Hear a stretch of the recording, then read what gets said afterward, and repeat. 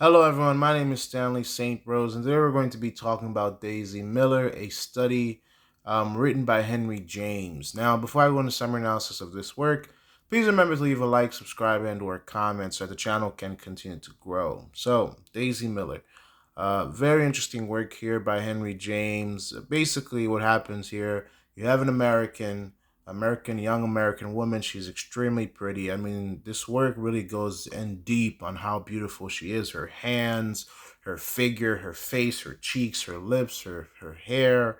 We're just really told that this is a strikingly beautiful woman. And she's in Europe with her mother and her little brother. And her little brother is just this wild boy that's an American that doesn't like to sleep. And the mother, she physically she can't do that much. She doesn't like going around alone. And Daisy Miller, she's just a young woman. She knows that she's beautiful. She knows that she's a flirt, and she's breaking all the social norms of Europe. Europe at the time is a place where it's all about class. The rich mix with the rich, the poor mix with the poor, the middle class with the middle class. Servants and people who work for the rich, they stay around together. And so, if a man is interested in a woman, you don't just go barging in and go walking hand in hand and skipping down the street with the woman. You gotta go through the proper channels, talking to friends, acquaintances, getting information about the person, meeting the family, introducing yourself to the family. Men and women didn't just go out together alone and socialize and date and things like that. It was just not accepted in Europe at the time of that this work was being written. And so this American woman, Daisy Miller, she goes into Europe. She's moving around, traveling, and she's talking to different types of men, and it's unacceptable. The older ladies, the more gentle and rich ladies of the time, they just it's not what you expected. It was an age of class and prestige and being precise and these social norms, cultural values that people kept. This is all about, as you can see my screen here, American, European cultural values. This really boils down to cultural values, and the values of Americans and the values of Europeans are very different. And if you think about America, let's take New York, for example. You have the rich, you have the poor, you have the homeless, you have all these types of people. They all mingle around in the city. But if you go in a New York City train, there's rich people, poor people, middle class people, millionaires, people who work on Wall Street, people who have no job. They're all mixing and mangling on the street, on the train. There could be a millionaire next to you and you don't even know it. And so it's all mixing and mangling, and people are moving around about. And in America, women talk to men and men talk to women. It's all mixing all together. Europe, especially again during this time that this work was being written, you didn't have any of that. Servants stayed with the servants, middle class with the middle class, rich with the rich, poor with the poor, homeless. Well, let's not talk about that. And so Daisy Miller, she goes into Europe. She's on vacation again. She's with her mother and her brother, and basically, she's just doing her own thing. She's free. She's talking to men. She's flirting. She's, these. She starts to go out with this guy, this Italian by the name of Giovanelli. She's going around with him, and they seem like a couple. And this is unheard of. This is not how you do things. First, you meet families, you meet friends, you have dinner, you have these little gossiping moments, and that was how things happened. That was the social norm, the cultural values. You didn't skip these things when it comes to dating and romance and marriage and all that kind of stuff. And Daisy Miller, she's also talking to this individual, Mr. Winterbourne. Winterbourne. So very interesting, the relationship between Winterbourne and Daisy Miller. Winterbourne, he is head over heels in love, enamored, you name it, right? Because he's describing her beauty. He says that Daisy Miller is stunning, paralyzing, beautiful. Her lips, her eyes, her figure, her hair, her hands. He really like takes a notice of everything, like how beautiful her hands are, and this is something that's it's very poetic. The way in which Winterborn looks at Daisy, he notices her hands, her figure. Not in a sexual sense. This is one thing to take note here. It's not in a sexual sense, because there's a difference between beauty and being hot, and yeah, there's a difference between beauty and being hot. Hot is like you're talking about more towards sex and sexual attraction. But beauty is something that you can admire. It's like the way that flowers are beautiful, or the way that the forest is beautiful. From a man's perspective, the beauty of a woman, it doesn't have to be sexual. It's just, it can be something intrinsically beautiful, like a sunset or a sunrise. The colors, like just seeing someone's face, the hair color, the eye color, the figure of someone, the hands. Like he pays attention to her hands, and how precise and refined, and how beautiful they are on their own. And that's something that it's not him admiring her sexually. It's him admiring her um specifically on her beauty, which is something that is, it's interesting. It's very and this is something that's different between um you know 2024 and the 21st century, and the 20th and 19th century. In the 20th and 19th century, I would say beauty was admired in women, intrinsic beauty.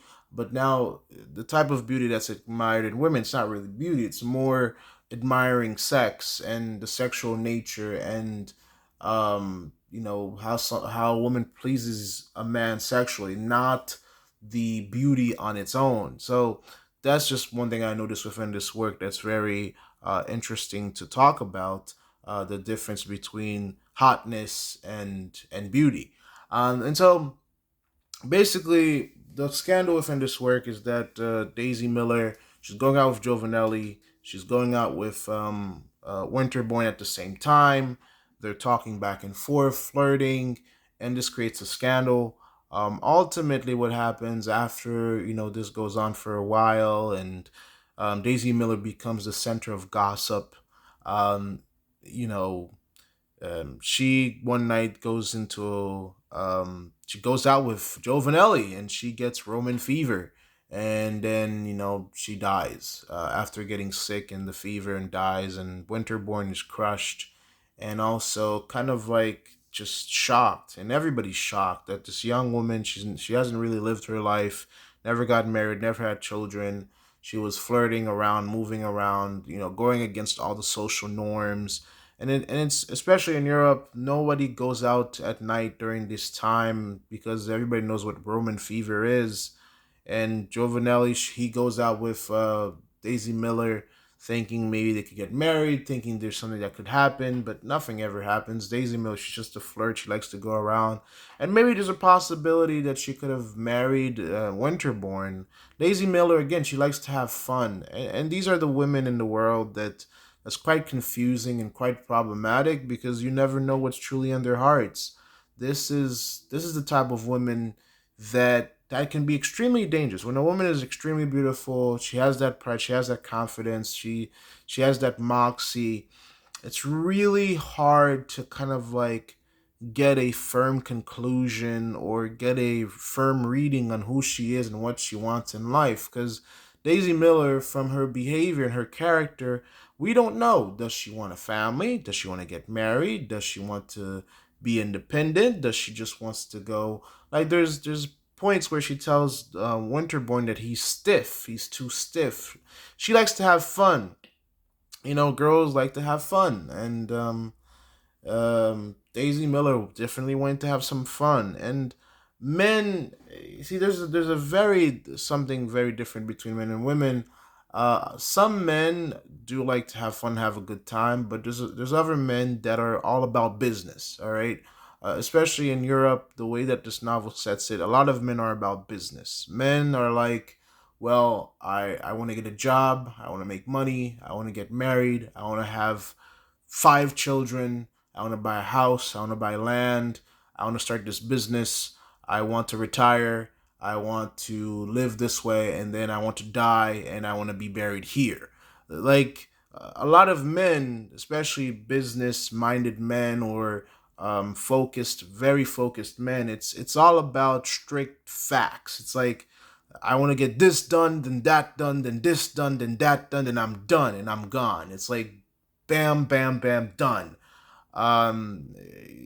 Just give it to me straight. Let me do this. Because like Winterborn, you can just he's a very simple person. He's like, all right, this woman is strange. She doesn't follow the norms of society.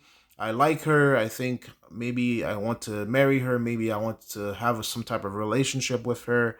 But Daisy Miller, like she doesn't follow any norms. Like and I guess that kind of she's a representation of the American culture in terms of analysis and deeper meaning here. She's a representation of America because America is that confusing. I mean, young people, old people, um, a lot of people just don't know what they want in America because we're very flamboyant. We're very, anything could happen at any time. Land of opportunity, freedom, American dream, going, manifest destiny and conquering the world and all that kind of stuff.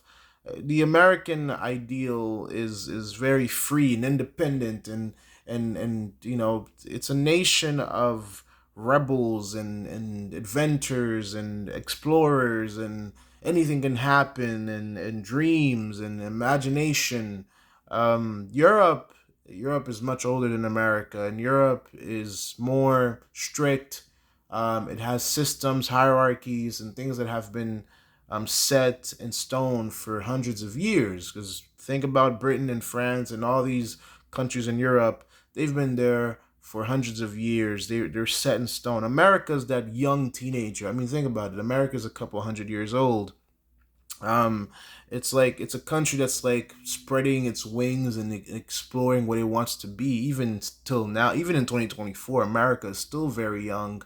Um, yeah, so it's kind of like Europe is more like this more of adult. It's more adult. The countries there are more refined and more. They're not in their teens anymore. Okay, well, America's not even in its teens. I mean, just think about it. Um, Daisy Miller kind of demonstrates that she's just like this wild thing, that refuses to follow social norms, and that's what gets her killed. Because one of the strong beliefs of Europe within this work is that you don't go out late at night at midnight with men, and Daisy Miller, she goes out at midnight with Joe Vanelli and she gets the fever and she dies. And everybody in Europe knows about the fever. Everybody knows you don't go out at night. Everybody knows that you need to cover up. She does, cover up because of the weather and all that kind of stuff. And she just rebels and goes against all of that. And again, sometimes when a society is doing the wrong things, I understand that you need to go against it. But when you are going against established norms, see, the thing is, sometimes falling in line is not a bad thing. Sometimes falling in line is to keep you safe. Um, because the reason why Europe has these rules around dating and social norms is because it gives everybody a chance to vet whoever you're dating or whoever you might be interested in. Your parents get to look at the person, your friends, your acquaintances, and they get to really see, is this person a good match? And especially when it comes to marriage, marriage is supposed to be a something that lasts for a lifetime.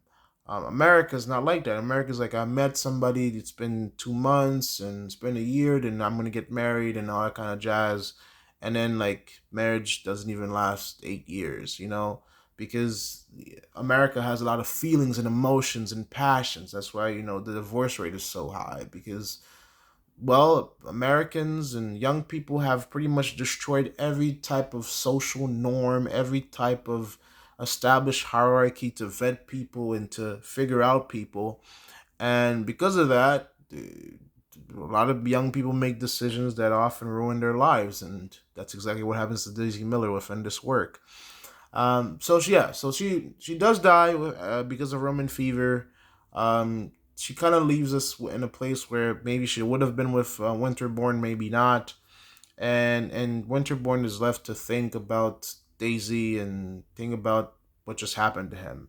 In terms of analysis, there's a lot to pick off here. I mean, I've already said a lot about this work and what it says about America and Europe and the differences and the different mindsets that exist within these countries. But we can see that, yeah, the American Daisy Miller and the men that she meets within Europe says a lot about the American culture, says about the European culture, how America is more free, independent, and the women, the people in America are more free and independent, and they're mangling and mixing and amalgamating here and there. Europe has its systems and hierarchies that it likes to follow when it comes to the social aspect of life and cultural values. Listen, cultural values is America and Europe has different cultural values. It's just there's no other way to say it. And when these values clash, the consequences can be quite deadly. In the case of Daisy Miller, she ends up dead.